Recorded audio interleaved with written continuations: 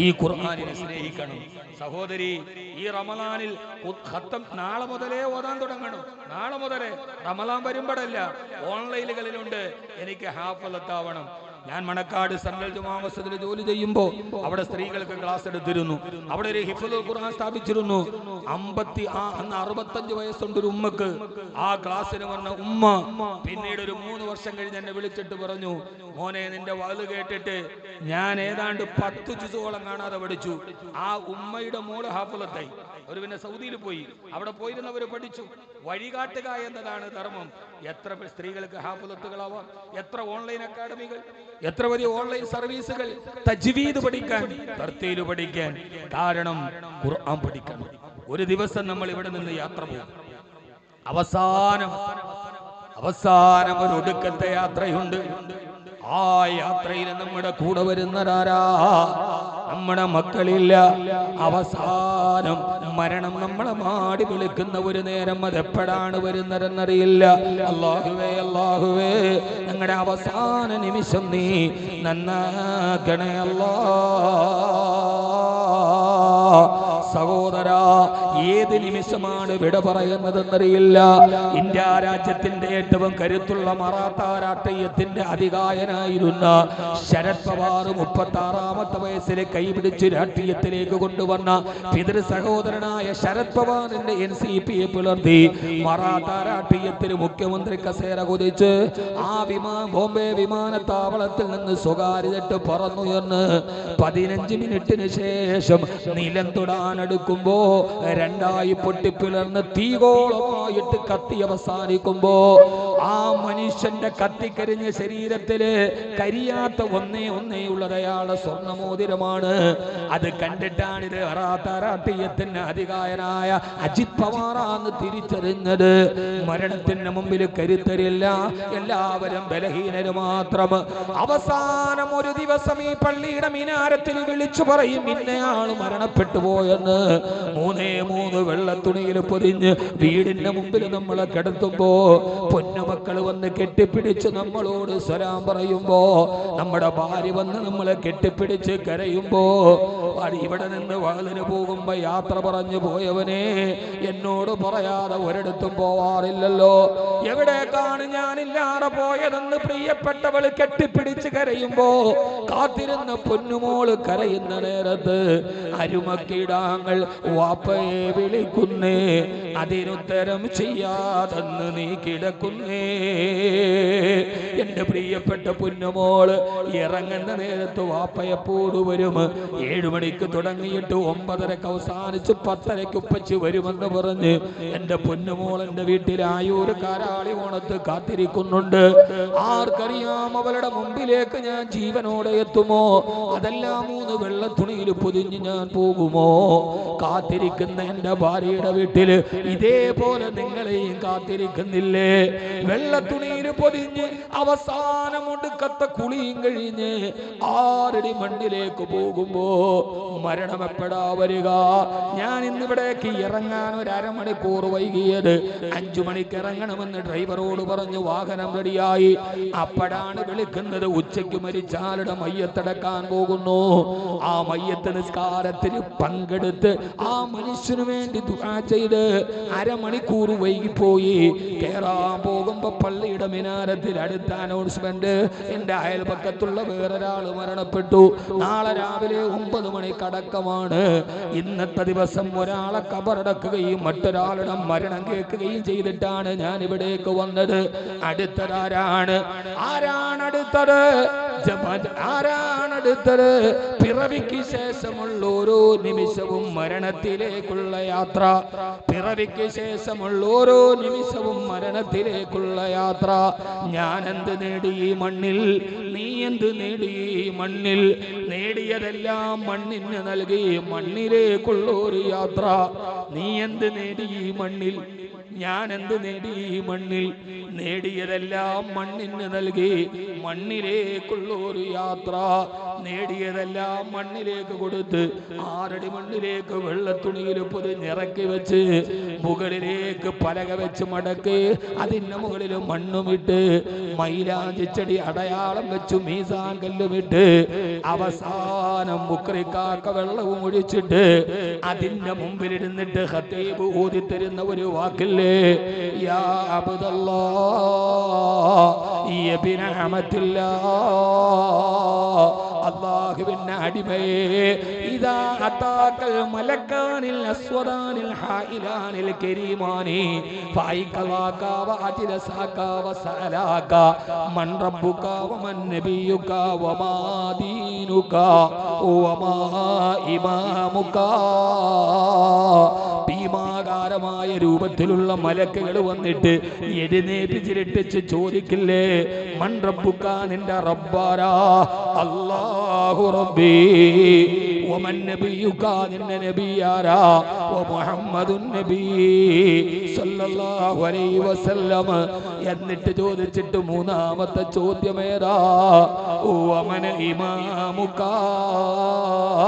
നിന്റെ ഇമാമാരാന്ന് ചോദിക്കുമ്പോ ആ സമയത്ത് അൽ ഖുർആനു ഇമാമി, അൽ ഖുർആനു ഇമാമി, എന്റെ ഇമാമു ഖുർആനാണ്, അത് മുമ്പിൽ വെച്ചിട്ടാണ് ഞാൻ പുറകിൽ നിന്നതെന്ന് പറയാൻ ആ ചോദ്യത്തിന് ഉത്തരം പറയണം. വൽ ഖുർആനു ഇമാമി, ഇമാമി കിതാബുല്ലാഹി വല്ലാഹു ഖിബ്ലതി വദീനി മിനൽ ലദിയാനി അഅലാ വഅഫഖറൂ. അങ്ങനെ വൽ ഖുർആനു ഇമാമി, എന്റെ ഇമാമു ഖുർആനാണ്. അങ്ങനെ പറയാൻ അല്ലാഹു നമുക്ക് തൗഫീഖ് നൽകട്ടെ. അതുകൊണ്ട് ഈ റമളാനിൽ ഒരു ഖത്തമെങ്കിലും പൂർത്തിയാക്കണം. റമളാൻ ഖുർആൻ അവതരിപ്പിക്ക മാസമാണ്. റമളാനിന് പവിത്രത കിട്ടിയത് ഖുർആനിന്റെ പേരിലാണ്. അതുകൊണ്ട് അറിയാത്ത സുഹൃത്തുക്കളെ, ചെറുപ്പക്കാരെ, ഖുർആൻ പഠിക്കാൻ ശ്രമിക്കണം. അതിന് കഴിഞ്ഞില്ലെങ്കിൽ ജവാഹിറുൽ ഉലൂമിൽ നിങ്ങളുടെ ഇൽമിന്റെ തറവാടാണ്.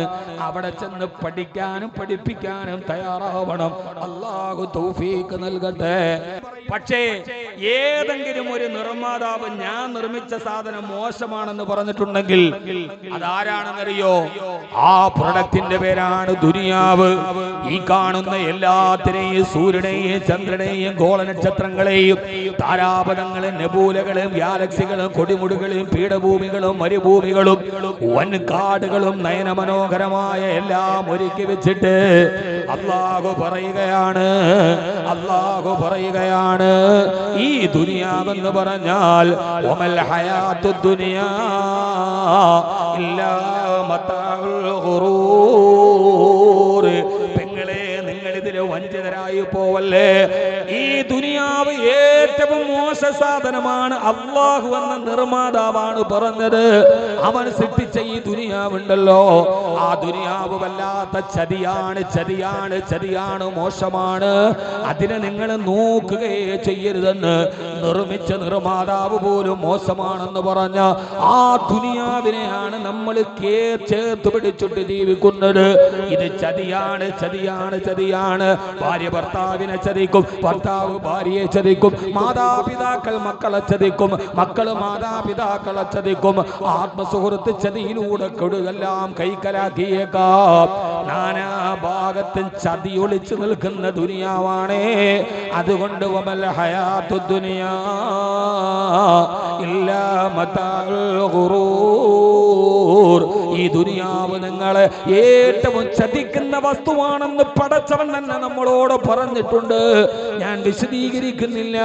വിശുദ്ധ ഖുർആനിന്റെ ഏറ്റവും വലുതായി വഴി കാണിച്ചത് നാളെ പരലോകത്തിലേക്ക് പോകേണ്ടവരാണ്. അതുകൊണ്ട് ആ രീതിയിൽ ലോകത്ത് നിങ്ങൾ ജീവിക്കണേ എന്ന് അല്ലാഹുവിന്റെ വിശുദ്ധ ഖുർആൻ.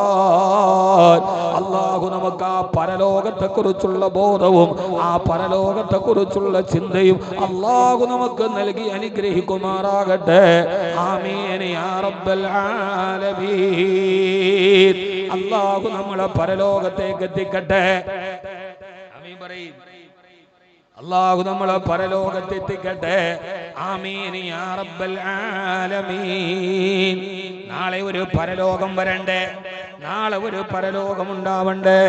ആ പരലോകമില്ലാതെ എങ്ങനെയാണ് ഈ ഭൂമിയിലെ ജീവിതം ശരിയാവുക? അല്ലാഹുവേ അല്ലാഹുവേ, ലോകത്ത് നീതി നിഷേധിക്കപ്പെടുന്ന കാലത്ത് 10,000 ആളുകളെ കൊന്നൊടുക്കിയാൽ അവസാനം മരിനായി ജീവിച്ചു പോകുന്ന ഒരു കാലത്ത് 1000 ആളുകൾ കേരള സംസ്ഥാനത്തിന്റെ നഗരത്തിലൂടെ പട്ടാപ്പകല് സഞ്ചരിച്ചു പോയൊരു പാവം കണ്ട് എന്നെ മാനഭംഗപ്പെടുത്തി എന്നവള് ലോകത്തോട് പറയുമ്പോ, കോടതിയിൽ വാദപ്രതിവാദങ്ങളുടെ ഉടയിൽ വാദപ്രതിവാദങ്ങളുടെ സ്തോപജന്യമായ ദിനരാത്രങ്ങൾക്കൊടുവിൽ വർഷങ്ങൾക്ക് ശേഷം ജഡ്ജി പറഞ്ഞു അത്രേ, എല്ലാ പ്രതികളും കുറ്റക്കാരല്ല, ഇവരെയെല്ലാം വെറുതെ വിടുന്നു എന്ന് പറയുമ്പോ കോടതി വരാന്തയിൽ നിന്ന് പൊട്ടിക്കരയുന്ന മാനം നഷ്ടപ്പെട്ടു പോയ പെൺകുട്ടികൾ ഈ കേരളത്തിലുണ്ട്. കൊല ചെയ്യപ്പെട്ട ആളുകൾ, സാക്ഷികൾ വിലക്കെടുക്കപ്പെടുമ്പോ, നീതിന്യായ വ്യവസ്ഥകളിൽ വകുപ്പുകൾ ദുർബലമാകുമ്പോ കോടതിയെ സംബന്ധിച്ചിടത്തോളം തെളിവുകളാണ് പ്രധാനം, പത്രവാർത്തകളല്ല. ഒരു പാവപ്പെട്ട പെണ്ണെന്നെ മാനഭംഗപ്പെടുത്തിയത് ഇവനാണെന്ന് പറയുമ്പോ കോടതി തെളിവുകളുടെ അഭാവത്തിൽ അവനെ വെറുതെ വിടുന്ന നേരത്ത്, സഹോദര സഹോദരി, എത്രയെത്ര കേസുകളാണ്, ഞാൻ അതിലേക്ക് കടന്നു പോകുന്നില്ല. 6 വയസ്സുകാരിയെ പീഡിപ്പിച്ചവന് ഈ പാവപ്പെട്ട കുഞ്ഞു പെണ്ണിന്റെ പെൺമുടലുകളോട്, കാമാർത്തിയോട് കടന്നു പിടിക്കപ്പെടുന്ന കാലത്ത്, പൊതുവഴികളിൽ സ്ത്രീകൾ അപമാനിക്കപ്പെടുന്ന കാലത്ത്, കൊല ചെയ്യപ്പെട്ടവനെ നിരുപാധികം വിട്ടടിക്കപ്പെടുന്ന കാലത്ത്, കൈകാലുകൾ വെട്ടിയെരിഞ്ഞിട്ട് മയ്യഴിപ്പുഴയിലേക്ക് വലിച്ചെറിഞ്ഞ ഭർത്താവിന്റെ മൃതദേഹം നോക്കി കോടതി വരാന്തയിൽ ഒരു പെണ്ണ് പറയുന്നുണ്ട്, എല്ലാ പ്രതികളെ ഈ കോടതി വിട്ടയച്ചു, എന്റെ ഭർത്താവിന്റെ കൈകാലുകൾ വെട്ടിയെരിക്കപ്പെട്ടത് മയ്യഴിപ്പുഴയിലൂടെ ഒഴുകി നീങ്ങുന്നത് ഞാൻ എന്റെ കണ്ണുകൊണ്ട് കണ്ടതാണ്. ഇടുക്കി ജില്ലയിലെ വണ്ടിപ്പെരിയാറിലൊരു പാവപ്പെട്ട അമ്മ വീട്ടിൽ വരുമ്പോ കൊച്ചു വയസ്സുള്ള 11-12 വയസ്സുള്ള പൊന്നുമോള് ജനൽ കമ്പിയിൽ അവള് തൂങ്ങിക്കിടക്കുന്ന കയറുകളിൽ പോസ്റ്റ്മോർട്ടം റിപ്പോർട്ടിൽ ആ പൊന്നുമോള് ക്രൂരമായി മാനഭംഗം ചെയ്യപ്പെട്ടു അത്രേ. ആ പോലീസ് അധികാരികൾ പ്രതിയെ അറസ്റ്റ് ചെയ്തു. കോടതിയിലെ വാദപ്രതിവാദത്തിന്റെ ഒടുവിൽ കോടതി പറഞ്ഞു അത്രേ, ഇത് പ്രതിയല്ല, നിരുപാധികം വിട്ടയക്കുന്നു. ആ സമയത്ത് കോടതിയുടെ മുമ്പിൽ ആ പ്രിയപ്പെട്ട അമ്മ ചോദിച്ച ഒരു ചോദ്യമുണ്ട്, എന്റെ മകള് കൊല ചെയ്യപ്പെട്ടു പോയി, എല്ലാവരുടെയും മുമ്പിൽ എന്റെ മകള് ജനലിൽ തൂങ്ങി നിന്നുപോയി, എന്റെ മകൾക്ക് എവിടെയാണ് നീതി ഉണ്ടാവുക? ആ ഇടുക്കി ജില്ലയിലെ വണ്ടിപ്പെരിയാറിൽ പെണ്ണ് മാനഭംഗം ചെയ്യപ്പെട്ടിട്ടുണ്ട്, അവളെ കെട്ടി തൂക്കിയിട്ടുണ്ട്, പക്ഷെ ഇന്നേ വരെ പ്രതിയാരെന്നറിയില്ല. സഹോദരായി ഭൂമിയുടെ ദുർബലമായ വ്യവസ്ഥിതികളിൽ രക്ഷപ്പെടുന്നവന് നാളെ ഈ തകർക്കപ്പെട്ട പെണ്ണിന് നീതി കിട്ടണ്ടേ, കൊല ചെയ്യപ്പെട്ട പെണ്ണിന് നീതി കിട്ടണ്ടേ. ആ കിട്ടുന്ന ലോകത്തിന്റെ പേരാണ് മഹ്ശറ. സ്വാധീനങ്ങൾക്ക് വഴങ്ങാത്ത ജഡ്ജിയെ വിലക്കെടുക്കാൻ കഴിയാത്ത, ഒരാളെ പോലും നമുക്ക് നമ്മുടെ ഭാഗത്തേക്ക് മാറ്റാൻ കഴിയാത്ത ലോകത്തിന്റെ ഒരു കോടതിയുണ്ട്. ആ കോടതിയാണ് പരലോകത്തിന്റെ കോടതി. ഇന്നല്ലാഹ സരീഉൽ ഹിസാബ്. അല്ലാഹു ലോകത്തിലെ ഏറ്റവും അതിവേഗ കോടതിയുടെ ഉടമസ്ഥനാണെന്ന് അല്ലാഹുവിന്റെ വിശുദ്ധ ഖുർആൻ. അങ്ങനെ ഒരു ഭയമുള്ള ആൾക്കാണ് ലോകത്തിലെ നന്നായി ജീവിക്കാൻ കഴിയുക, നല്ലവനായി ജീവിക്കാൻ കഴിയുക. ലോകത്ത് നീതിബോധത്തോടെ ജീവിക്കണമെങ്കിൽ ആ വിശുദ്ധമായ ഖുർആനിന്റെ വഴികളിലൂടെ, ഖുർആൻ വഴികാട്ടിയതിലൂടെ നടന്നു പോകണം.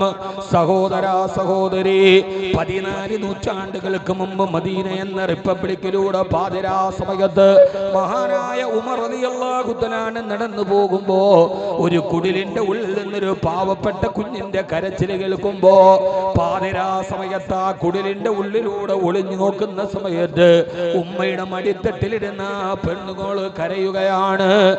ആ ഉമർ റളിയല്ലാഹു അൻഹു, വേഷപ്രസന്നനായ ഉമർ റളിയല്ലാഹു അൻഹു ആ ഉമ്മയോട് ചോദിച്ചു, ഉമ്മ അന്തി ഉമ്മിസൂ, ലോകത്തിലെ ഏറ്റവും ദുഷ്കർമ്മിയായ ഉമ്മ നിങ്ങളാണല്ലോ. ആ ചോര പൈതലും അടിത്തട്ടിലിരുത്തി കരയുമ്പോ നിങ്ങളുടെ ഹൃദയം പിറക്കുന്നില്ലേ? ആ ഉമ്മ തന്നെ മുമ്പിൽ നിൽക്കുന്നൊരു ഉമറാണെന്നറിയാതെ മഹാനായ ഉമർ റളിയല്ലാഹു അൻഹുവിനോട് ആ ഉമ്മ ചോദിക്കുന്നുണ്ട്, നിങ്ങൾ എന്ത് ചെയ്തിട്ടാണ് ഈ പറയുക? നിങ്ങൾ അറിഞ്ഞില്ലേ ഈ നാടിന്റെ ഭരണാധികാരിയായ ഉമർ മുലകുടി പ്രായം കഴിഞ്ഞ കുട്ടികൾക്ക് റേഷൻ അനുവദിക്കില്ലെന്ന് നിയമം പാസാക്കി. എന്റെ കുഞ്ഞിന്റെ മുലകുടി നിർത്താൻ എന്റെ കുഞ്ഞിന്റെ മുലകുടി പ്രായം കഴിഞ്ഞവർക്കേ റേഷൻ ഉള്ളൂ എന്ന് നിയമം പാസാക്കി.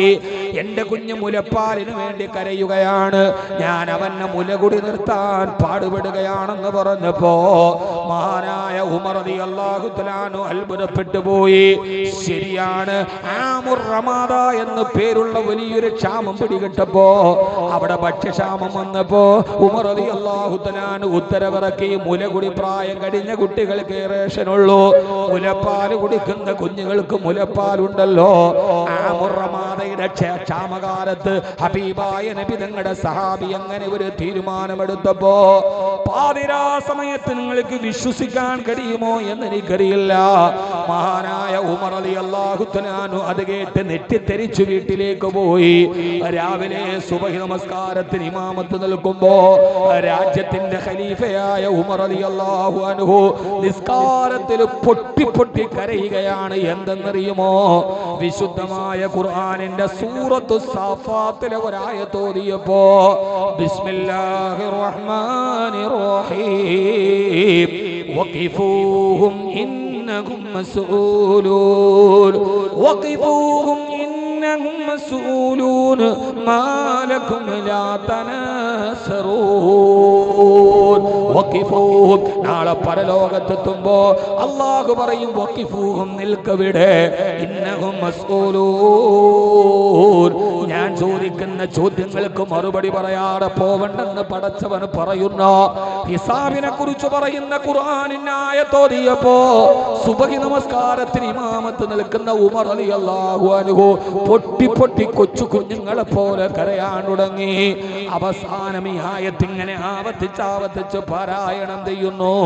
അവസാന നിസ്കാരം കഴിഞ്ഞപ്പോ സഹാബത്ത് ചോദിച്ചു, അമീറുൽ മുഅ്മിനീൻ, എന്തിനാണ് ഇவ்விதം കരയുന്നതെന്ന് ചോദിച്ചപ്പോ ഉമർ റളിയല്ലാഹു തആല പറഞ്ഞ മറുപടി, ഇന്നലെ രാത്രി ഞാൻ ഇതിലൂടെ നടന്നു പോകുന്ന സമയത്ത് എന്റെ ഒരു തീരുമാനത്തിന്റെ പേരിൽ ഉമ്മയുടെ മടിത്തട്ടിലിരുന്നൊരു പിഞ്ചിളം പൈതലിന്റെ കരച്ചിൽ ഞാൻ കേട്ടു.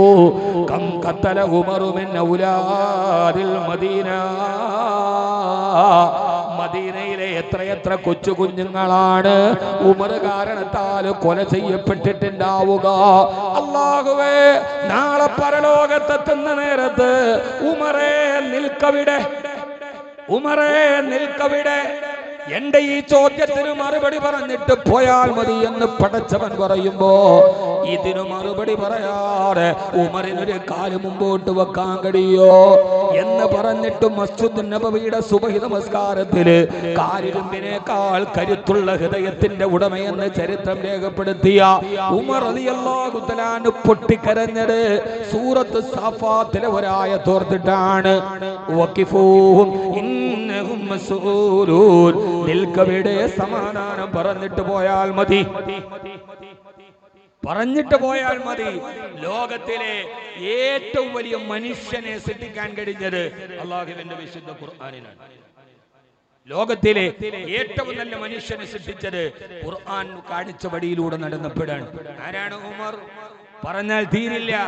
മഹാനായ സയ്യിദുനാ ഉമർ, സയ്യിദുനാ ഉമർ റളിയല്ലാഹു തആല അൻഹു ലോകത്തിലെ ഏറ്റവും നല്ല രാജാവിനെ സൃഷ്ടിച്ചത് ഖുർആനാണ്. ലോകത്തിലെ ഏറ്റവും നല്ല ഖലീഫ, ഏറ്റവും നല്ല നാടുവാഴിയെ സൃഷ്ടിച്ചത് അല്ലാഹുവിന്റെ ഖുർആനാണ്. ആ ഖുർആനിന്റെ പരലോകത്തേക്കുള്ള വഴികാട്ടലിൽ അവരുടെ ഹൃദയം മുടക്കി നിന്നപ്പോ അവര് ലോകത്തിലെ ഏറ്റവും നല്ല മനുഷ്യരായി, ഏറ്റവും നല്ല മനുഷ്യർ, ഏറ്റവും നല്ല ഭരണാധികാരി, ഏറ്റവും നല്ല ഭരണാധികാരി. നിങ്ങളൊന്ന് ആലോചിച്ച് നോക്കി, വെള്ളിയാഴ്ച പള്ളിയുടെ മിമ്പറിൽ നിൽക്കുമ്പോ ഉമർ റളിയല്ലാഹു തആല കരയാൻ. വെള്ളിയാഴ്ച പള്ളിയുടെ മെമ്പറിൽ നിൽക്കുമ്പോ പള്ളിയുടെ മെമ്പറിൽ നിന്നിട്ട് കരയാൻ ഖത്തീബല്ല, ഉമർ റളിയല്ലാഹു തആല രാജാവാണ്, പ്രസിഡന്റാണ്, മുഖ്യമന്ത്രിയാണ്, കരയാണ്. എന്താ കാരണം? നമുക്കതൊരു റൊമാൻറ്റിക് ഭാവനയ്ക്ക് പോലും അങ്ങനെ ഒരു സങ്കല്പത്തിലേക്ക് എത്താൻ പറ്റില്ല. ലോക ചരിത്രത്തിൽ അങ്ങനെ ഒരു മനുഷ്യനെ കാണാൻ പറ്റില്ല. ആരാണ് ഈ പരിവർത്തനത്തിന്റെ പുറകിൽ? ആരാണ് ഈ പരിവർത്തനത്തിന്റെ പുറകിൽ? അവിടേക്കാണ് നമ്മൾ കടന്നു ചെല്ലേണ്ടത്. അള്ളാഹു നമുക്ക് തൗഫീഖ് നൽകട്ടെ. പള്ളിയിൽ ഖുത്ബ ഓതിക്കൊണ്ടിരിക്കുമ്പോ ഉമർ റളിയല്ലാഹു അൻഹു കരയാൻ. എന്തേ ഉമറെ കരയുന്നത്? ആ സമയത്താണ് പറഞ്ഞത്, എന്റെ അധികാരപതയുടെ അങ്ങേറ്റത്തുള്ള ഇറാഖിലെ ദിജ്ല നദിയുടെ തീരത്തുകൂടി അവിടെ ഒരു വെള്ളപ്പൊക്കമുണ്ടാവുകയും ആ വെള്ളപ്പൊക്കമുണ്ടായി ദിജ്ല നദിയുടെ തീരത്തും മണ്ണിടിച്ചിലുണ്ടായി വഴിയടിഞ്ഞ് താഴോട്ട് പോകുന്നുണ്ട്. ആ ദിജ്ല നദിയുടെ തീരത്തുകൂടി ഒരു ആട്ടിൻകുട്ടി നടന്നു പോവുകയും വെള്ളപ്പൊക്കമുണ്ടായിട്ടും മണ്ണിടിച്ചിലുണ്ടായി ആ ഭിത്തിയുടെ കെട്ടിട തകർന്നു പോയി.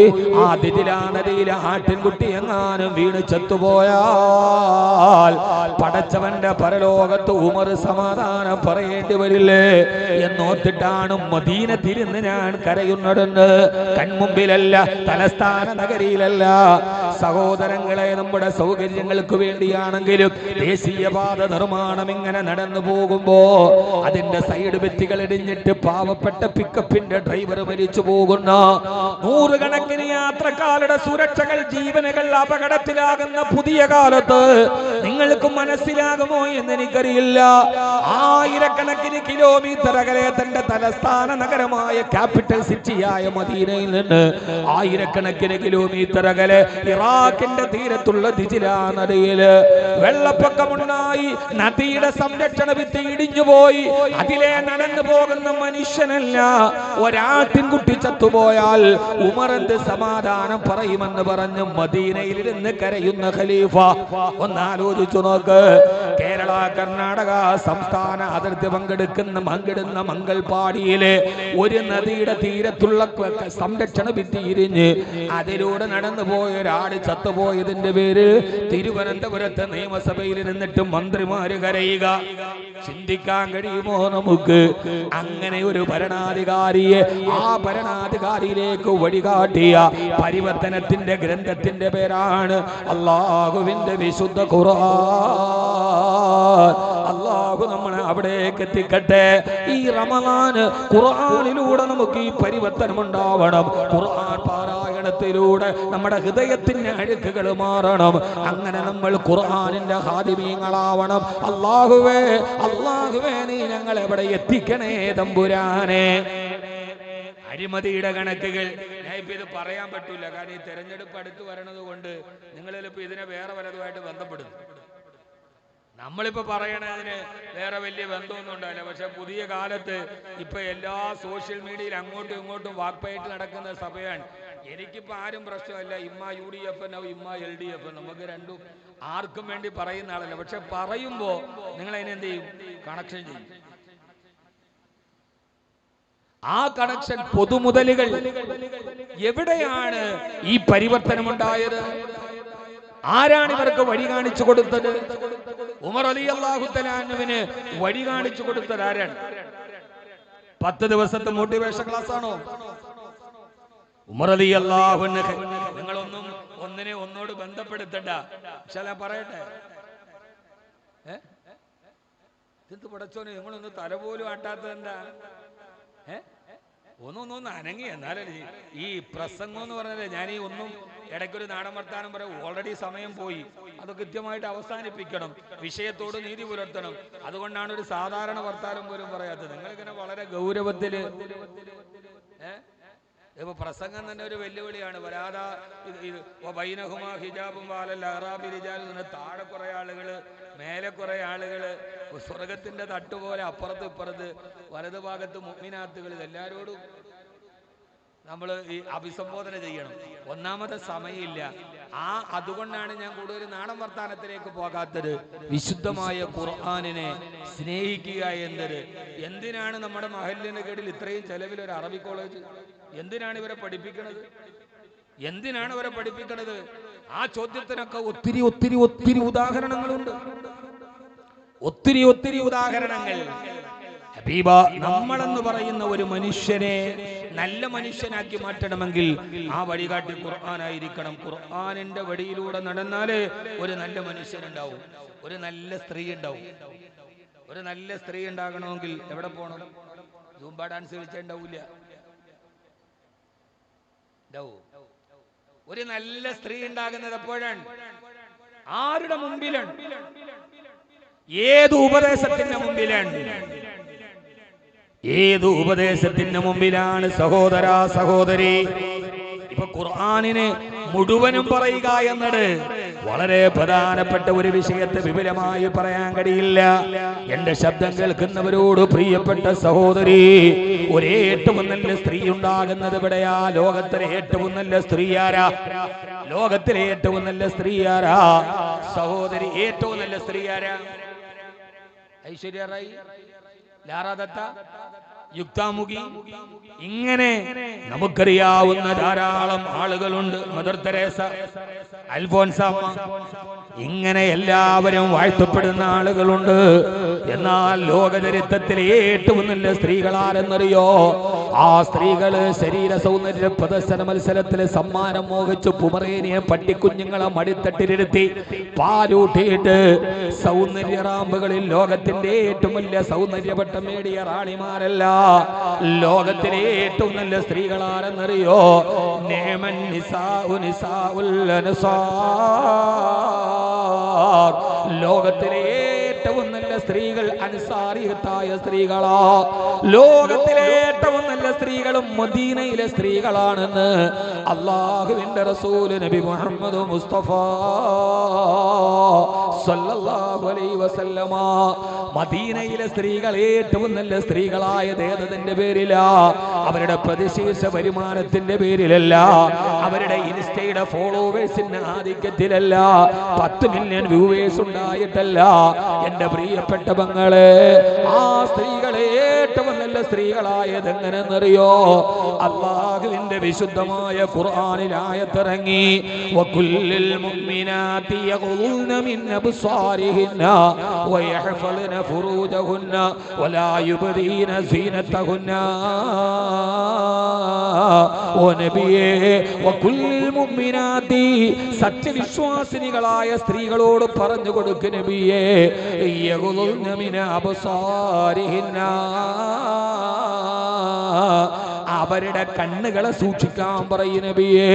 ഹിജാബിന്റെ ആയത്തിറങ്ങിയപ്പോ, തലയും മുഖവും മറക്കണമെന്ന ആയത്തിറങ്ങിയപ്പോ, ആ സമയത്ത് അല്ലാഹുവിന്റെ റസൂലിന്റെ മുമ്പിൽ പോയിട്ട് അവരാരും ചോദിച്ചില്ല, നബിയേ ഈ ആയത്ത് മൻസൂഖാണോ? ഈ ഹദീസ് ലൈഫാണോ? ഇതിന്റെ സനദുകളുണ്ടോ? ഇത് മുത്തസിലാണോ? ഇത് മുൻഫസിലാണോ? ഇസ്ലാമിന്റെ കർക്കശമായ വിധി വന്നപ്പോ ഹബീബായ നബി തങ്ങൾ മദീനത്തെ പള്ളിയിൽ സഹാബത്തിനോട് ഓടിക്കൊടുത്തു, സഹാബാ, നിങ്ങളുടെ സത്യവിശ്വാസിനികളായ സ്ത്രീകളോട് പറയണേ, അവരുടെ കണ്ണുകളെ താഴ്ത്താൻ പറയണേ. ആ സമയത്ത് അൻസാരികളായ സ്ത്രീകള് അവര് പുതച്ചു വെച്ചിരിക്കുന്ന പുതപ്പുണ്ടല്ലോ, തണുപ്പുള്ള മദീനയില് പുതയ്ക്കാൻ ഉപയോഗിച്ച പുതപ്പ് കീറിയിട്ട് അവര് ടൈലറില്ലെന്ന് പറഞ്ഞില്ല, അത് തയ്ച്ചു കിട്ടിയില്ലെന്ന് പറഞ്ഞില്ല, റമളാനാകട്ടെ എന്ന് പറഞ്ഞില്ല. ഖുർആനിൽ ഒരു ആയത്തിന്റെ നിയമം ഇറങ്ങിയപ്പോ അവര് പുതച്ച് മദീനത്തെ കൊടുമ്പിരി കൊള്ളുന്ന തണുപ്പത്ത് പുതച്ചു വെച്ചിരിക്കുന്ന പുതപ്പ് വലിച്ചു കീറിയിട്ട് അവരുടെ മുഖം ഇങ്ങനെ മറച്ചു കിട്ടിയിട്ട് അല്ലാഹുവിന്റെ റസൂലിനോട് പറഞ്ഞു, യാ റസൂലല്ലാഹ്, ഞങ്ങളിതാ ഹിജാബ് അണിഞ്ഞു നബിയേ. ആ സമയത്താണ് അല്ലാഹുവിന്റെ റസൂൽ പറഞ്ഞത്, തലമറക്കണമെന്ന ആയത്തിറങ്ങിയപ്പോ, ഹിജാബിന്റെ ആയത്തിറങ്ങിയപ്പോ, ടൈലറില്ല, കട തുറന്നില്ല, സമയമായില്ല, യാതൊരുവിധ പ്രതിഫലങ്ങളില്ല, കിടക്കുന്ന പുതപ്പ് പുതത്ത് കീറിയിട്ട് തലമറച്ച മുഖം മറച്ച മദീനത്തെ സ്ത്രീകളാണ് നിഅമൻ നിസാഉ നിസാഉൽ അൻസാർ. അവര് മദീനയിലെ സ്ത്രീകളെ ഏറ്റവും നല്ല സ്ത്രീകളാ. ഇൻസ്റ്റയിൽ ഒരു റീലിട്ടാലെന്താ, കല്യാണത്തിനൊന്ന് തുള്ളിച്ചാടിയാലെന്താ, എന്റെ കുടുംബക്കാരുടെ കൂടെയല്ലേ, തലേ ദിവസമല്ലേ, ഒരു റീലൊക്കെ എടുത്താൽ പ്രശ്നമെന്താ? ഇല്ല സഹോദരി, ഇല്ല. പക്ഷേ ഇന്ന ജഹന്നമ കാനതു മിർസാദാ ലിത്വാഗീന മആബാ ലാബിദീന ഫീഹാ അഹ്ഖാബാ. നാളെ കത്തിക്കാളുന്ന നരകം പരലോകത്ത് നിന്നെ കാത്തിരിക്കുന്നുണ്ടെന്ന് അല്ലാഹുവിന്റെ വിശുദ്ധ ഖുർആൻ. ഏറ്റവും നല്ല സ്ത്രീയെ സൃഷ്ടിച്ച ആ വഴികാട്ടിയുടെ പേരാണ് വിശുദ്ധ ഖുർആൻ. ഒറ്റ ആയത്ത്, കുല്ലിൽ മുഅ്മിനാത്തി യഗ്ളുദ്ന മിൻ അബ്സാരിഹിന്ന. പുതച്ചു കിടക്കണ പുറപ്പ് വലിച്ചീറിയിട്ട് ഒരു മുഖം മറച്ചു. ഇസ്ലാം എന്ന് പറയുന്നത് ഉൾക്കൊള്ളാൻ പ്രയാസമാണ്, പക്ഷെ ഉൾക്കൊണ്ടാൽ അതൊരു പുളകമാണ്.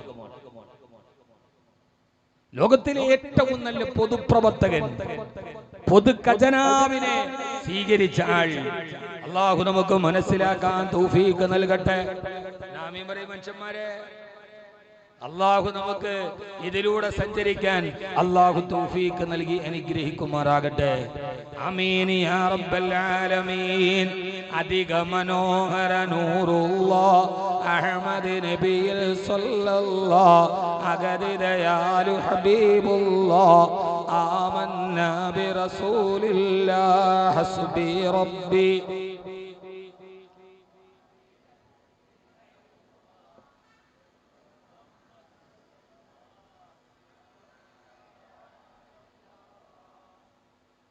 ഇതിനകത്ത് ഇപ്പൊ ചൊല്ലാൻ പേടിക്കാനൊന്നുമില്ല. ഹസ്ബി റബ്ബി ജല്ലല്ലാ, എനിക്കെന്റെ റബ്ബ് മതി.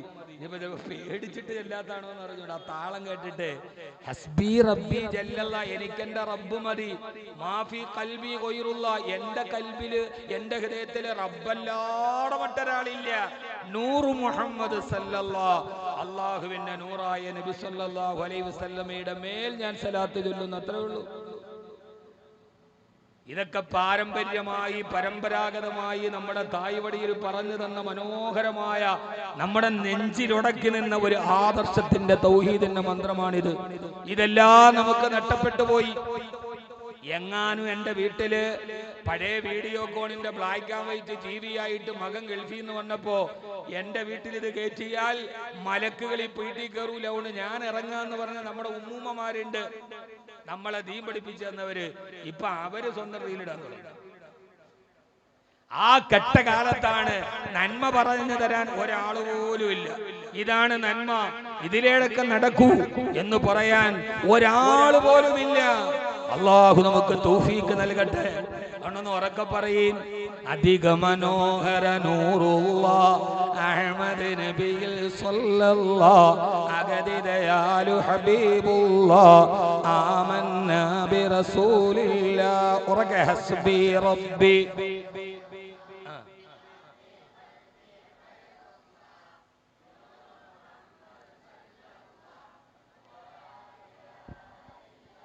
മെല്ലെ നനങ്ങിയിട്ടുണ്ട്. ബദറിലും മികന്തൊരു ശോഭനബി ബീവി ആമിനത്തന്റെ സബി വലതുൽ അമീനായി വന്ന നബി ആമന്നാ ബിറസൂലില്ലാഹ് ഹസ്ബി റബ്ബി.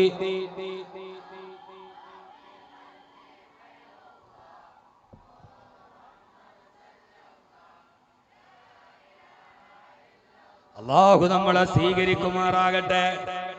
ഏറ്റവും മനോഹരമായ കവിത, ലോകത്തിലെ ഏറ്റവും മനോഹരമായ കവിത ഏതാ? ലോകത്തിലെ ഏറ്റവും മനോഹരമായ കവിത ഏതാ?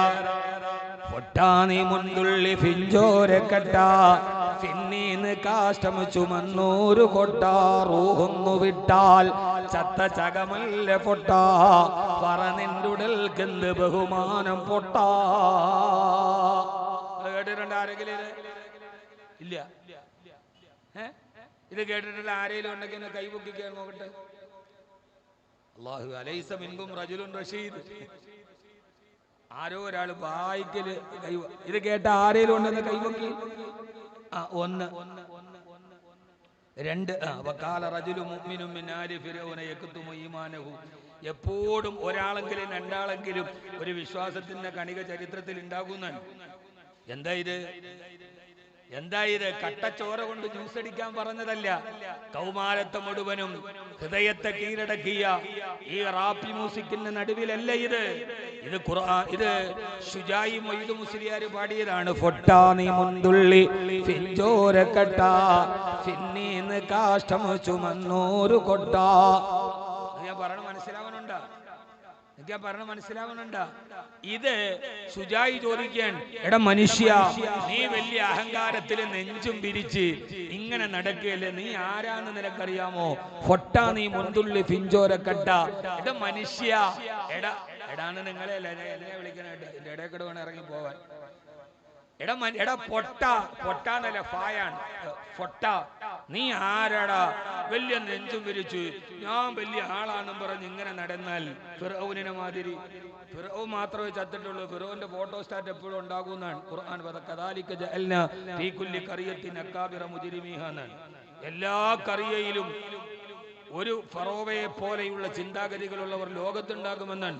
ഏകാധിപത്യം, സർവാധിപത്യം, സ്വേച്ഛാധിപത്യം, അതിന്റെ വിശ്വാസങ്ങൾ എപ്പോഴും ഉണ്ടാവും. നീ ആരാണ് നെഞ്ചും വിരിച്ച് ഞാൻ എന്ന് പറയാൻ? നീ ആരാ? നീ ഒരു കാലത്ത് ചേർത്ത് പിടിച്ചാൽ ഒട്ടിപ്പിടിക്കുന്ന, കണ്ടാലുടൻ തുടച്ചു മാറ്റാൻ വ്യഗ്രത കാണിക്കുന്ന ഒരു ഇന്ദ്രിയ തുള്ളിയായിരുന്നു നീ നിന്റെ ജനനത്തിന് മുമ്പ്. ഇപ്പൊ നീ ആരാ? ഫിന്നീന്ന് കാഷ്ടം ചുമന്നൂരു കൊട്ട. കുറെ കാഷ്ടവും ചുമന്നുകൊണ്ട് കിടക്കുന്ന ഒരുമാതിരി മൊബൈൽ ടോയ്ലറ്റ് ആണ്. അതിനപ്പുറത്തോട്ട് വേറൊന്നുമില്ല. റൂഹൊന്ന് വിട്ടാൽ ചത്ത ചകമല്ല ഫൊട്ട. ഈ ശരീരത്തിൽ നിന്ന് റൂഹ് വിട പറഞ്ഞു പോയാൽ തണുത്ത് മരവിച്ച് ഒന്ന് നിലവിളിക്കാൻ പോലും കഴിയാതെ ഉമ്മറപ്പടിയിൽ മലത്തിക്കടത്തിയ ഒരു മൃതദേഹമാണ് നീ എന്ന് ശുജായി പാടുക.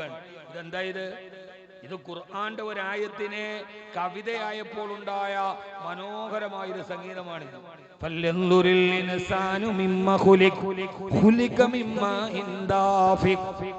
മനുഷ്യ, നിന്നെ സൃഷ്ടിച്ചത് എവിടെയാണെന്ന് നീ നോക്കുന്നില്ലേ? അത് ശുജായി മൊയ്ദ് മുസ്ലിയാർ കവിതയാക്കി. ഖുർആനിനെ പോലൊരു സംഗീതം വേറെ എവിടെയാ ഉള്ളത്? ഞാൻ എന്റെ പുതിയ തലമുറയോട് പറയാൻ, ഖുർആനിനെ പോലെ മനോഹരമായൊരു സംഗീതം വേറെ എവിടെയുള്ളത്? ശുജായി നിർത്തിയിട്ടില്ല. പകൽ കണ്ണടച്ചാൽ ഉരുളാമോ പൊട്ട, പന്തം തെളിച്ചാൽ ഫജ്റാമോ പൊട്ട, നട്ടാൽ പുൽ നെല്ല് വിളയുമോ പൊട്ട, നാരായം വിട്ട ചുറ്റുമോ പൊട്ട. പകൽ കണ്ണടച്ചാൽ ഇരുളാമോ പൊട്ട. എടാ പൊട്ട, നിങ്ങളല്ലാട്ടാ. എടാ പൊട്ട, പകല് കണ്ണടച്ചാൽ ഇരുട്ട് വരുവോ? പകല് കണ്ണടച്ചാൽ ഇരുട്ട് വരുവോ? ഇല്ല. ഫന്തം തെളിച്ചാൽ ഫജ്റാമോ പൊട്ട. രാത്രിയിൽ പന്തം കൊളുത്തിയാൽ പകലാകുവോ? ഇല്ല. രണ്ടേ രണ്ടായത്ത്. വമാ യസ്തവിൽ അഅ്മാ വൽ ബസീർ വലൽ ദുലുമാത്തു വലൻ നൂർ. മനോഹരമായ കവിത. നിങ്ങൾ ഈ ഖുർആനിനെ കുറിച്ച് നമ്മൾ എന്താ മനസ്സിലാക്കിയത്? ഇത് മരിച്ചെടുത്ത് ഓതാൻ മാത്രമുള്ളതാന്ന് അല്ല. ഇത് ജീവിച്ചിരിക്കുന്നവർക്ക് ഗുണപാഠമായി വഴികാട്ടിയാകുമ്പോഴാണ് മരണശേഷം അത് പ്രയോജനം ചെയ്യുക. അള്ളാഹു നമ്മളെ സ്വീകരിക്കട്ടെ. ആമീൻ പറയ്. അള്ളാഹു നമ്മളെ സ്വീകരിക്കുമാറാകട്ടെ. ഉറക്കെ അള്ളാഹു നമ്മളെ സ്വീകരിക്കുമാറാകട്ടെ. ലോകത്തിലെ ഏറ്റവും നല്ല സംഗീതം ഖുർആനാണ്. ലോകത്തിലെ ഏറ്റവും നല്ല മനോഹരമായി. ഞാനൊരു കാര്യം പറഞ്ഞാൽ നിങ്ങൾ ശ്രദ്ധിക്കുമോ എന്ന് എനിക്കറിയില്ല. നമുക്കൊക്കെ അത്ഭുതത്തോടെ നമ്മൾ നോക്കി നിൽക്കാറുണ്ട്. പണ്ട് കാലത്ത് ഈ KPSCയുടെ നാടകമുണ്ട്, നാറാണത്ത് ഭ്രാന്തൻ. രാവിലെ മുതൽ വൈകുന്നേരം വരെ കല്ല് മേലോട്ട് ഉയർത്തിയിട്ട് വൈകുന്നേരമാകുമ്പോൾ മുകളിൽ വന്ന കല്ല് താഴോട്ട് ഉരുട്ടി വിട്ടിട്ട് കൈ പൊട്ടിച്ചിരിക്കുക.